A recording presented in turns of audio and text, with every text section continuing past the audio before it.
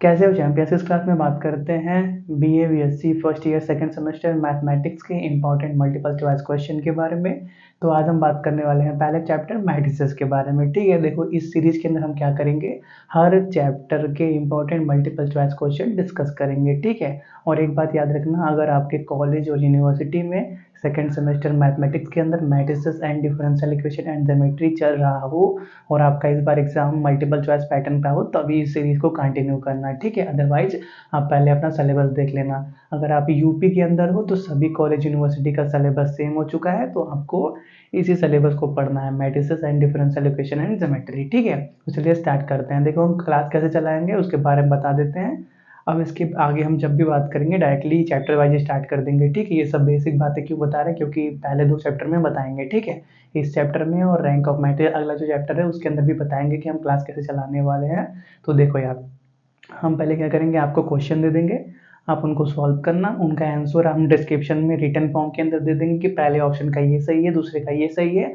और अगर आपको उनका वीडियो सोल्यूशन भी चाहिए तो वो भी कुछ घंटे के अंदर हम डिस्क्रिप्शन में अपलोड कर देंगे। ठीक है, तो आप क्या करना, पहले इनको सॉल्व करना, जितना भी आपसे हो रहा हो 10-15 क्वेश्चन हम आपको हर चैप्टर से देंगे। आपसे जो भी सॉल्व हो रहा है आप उनको सॉल्व करना, उनका आंसर चेक करना, सही है तो अच्छी बात है, और अगर कहीं पे क्रॉस मिस्टेक हो रही है तो आप क्या करना, वीडियो सोल्यूशन में उसको देख सकते हो। ठीक है, चलिए हम स्टार्ट करते हैं। तो पहला चैप्टर मैट्रिसेस से, तो पहला क्वेश्चन क्या है, इफ ए इज अ 3 0 0 0 2 1 0 0 1, ये क्या है, 3 क्रॉस 3 ऑर्डर का मैट्रिक्स है। तो देन ए इज कार्ड, तो ए को कौन सा मैट्रिक्स कहा जाना चाहिए, डायगोनल, स्केलर, यूनिट या नन ऑफ दिस। ठीक है, वेट अ सेकेंड, या वर्किंग। दूसरा question, if A is 3 cross 3 matrix, जहाँ पे डायगोनल पे हर जगह लैम्डा है और हर जगह बाकी जगह 0 है, तो ए को कौन सा मैट्रिक्स कहा जाना चाहिए, स्केलर, डायगोनल, यूनिट या नन ऑफ दिस। ठीक है। तीसरा question, if A is a skew Hermitian matrix then A theta मतलब ए का ट्रांसपोज कंजुगेट क्या ए के बराबर होगा, ए का ट्रांसपोज कंजुगेट क्या माइनस ए के बराबर होगा, ए का ट्रांसपोज क्या माइनस ए के बराबर होगा, या ए स्क्वायर ए के बराबर होगा। अगला question, a diagonal elements of a skew Hermitian matrix must be, किसी भी स्क्यू हर्मिशियन मैट्रिक्स के डायगोनल एलिमेंट क्या होने चाहिए, रियल होने चाहिए, जीरो होने चाहिए, इमेजनरी होने चाहिए या प्योर इमेजनरी नंबर होने चाहिए। ठीक है, इनको नोट करो, अगले क्वेश्चन की बात करते हैं, कंटिन्यू करते हैं। क्वेश्चन नंबर 5 क्या है, if A is a 3 cross 3 matrix, जहां पर डायगोनल पे हर जगह 9 एलिमेंट है, देन ए इज कार्ड, तो ए कौन सा मैट्रिक्स होगा, स्केलर, डायगोनल, यूनिट या नन ऑफ दिस होगा। ठीक है, देखो यार ये जितने भी क्वेश्चन है फिलहाल तो सिंगल करेक्ट है, अगर मल्टीपल करेक्ट होगा तो हम आपको बताएंगे। ठीक है, मतलब सिंगल करेक्ट है, एक ही सही होने वाला है। Next, which of the following matrix is nilpotent matrix. ठीक है, ये 4 आपको ऑप्शन दे रखे हैं, 3 मैट्रिक्स हैं, चौथा नॉन ऑफ दिस है, तो आपको चेक करना है कि इनमें से कौन सा निल पोटेंट होगा। ये तीनों होगा तो ठीक है, नहीं तो चौथा ऑप्शन नन ऑफ दिस पे आप जा सकते हो। ठीक है, फिर so that the matrix A क्या है, alpha plus i gamma minus beta plus i delta, beta plus i delta, alpha minus i gamma is a unitary matrix if alpha square plus beta square plus gamma square plus del square is, ये matrix unitary है अगर इसका value कितने के बराबर हो जाए, 0 के बराबर, 1 के बराबर, -1 के बराबर या कोई और। ठीक है, नेक्स्ट, अब मैट्रिक्स ए जिसके अंदर एलिमेंट 6 9 -4 -6 है, वो क्या है, यूनिटरी मैट्रिक्स है, डायगोनल है, आइडेम्पोटेंट है, नीलपोटेंट है। तो आपको इन सभी की प्रॉपर्टी मालूम होनी चाहिए कि कैसे यूनिटरी चेक करते हैं, कैसे डायगोनल, कैसे आइडेम्पोटेंट, कैसे नीलपोटेंट। ठीक है, next, a square matrix A is said to be orthogonal, कोई भी एक स्क्वायर मैट्रिक्स ए है वो ऑर्थोगोनल कब होगा, किस सिचुएशन में, ए ट्रांसपोज ए जब ए के बराबर हो जाए, या ए ट्रांसपोज ए जब आई के बराबर हो जाए,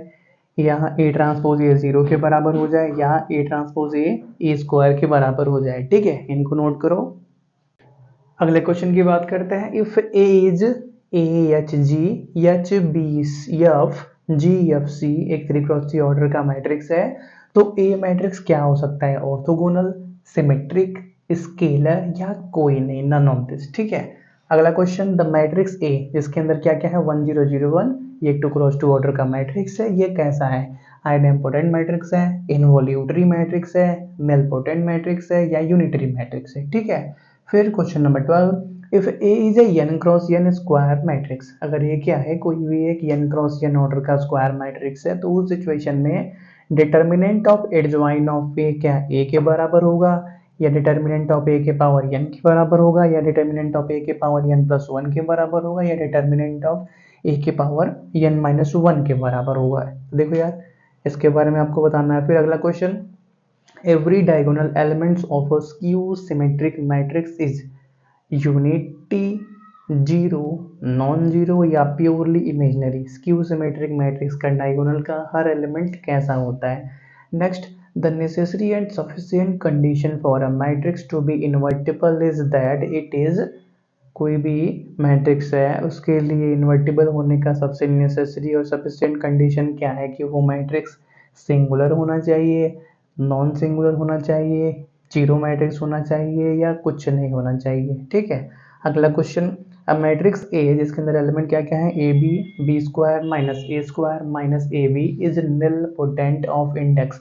निल पोटेंट मैट्रिक्स होगा ऑफ इंडेक्स। इंडेक्स क्या होना चाहिए, 1 2 3 4।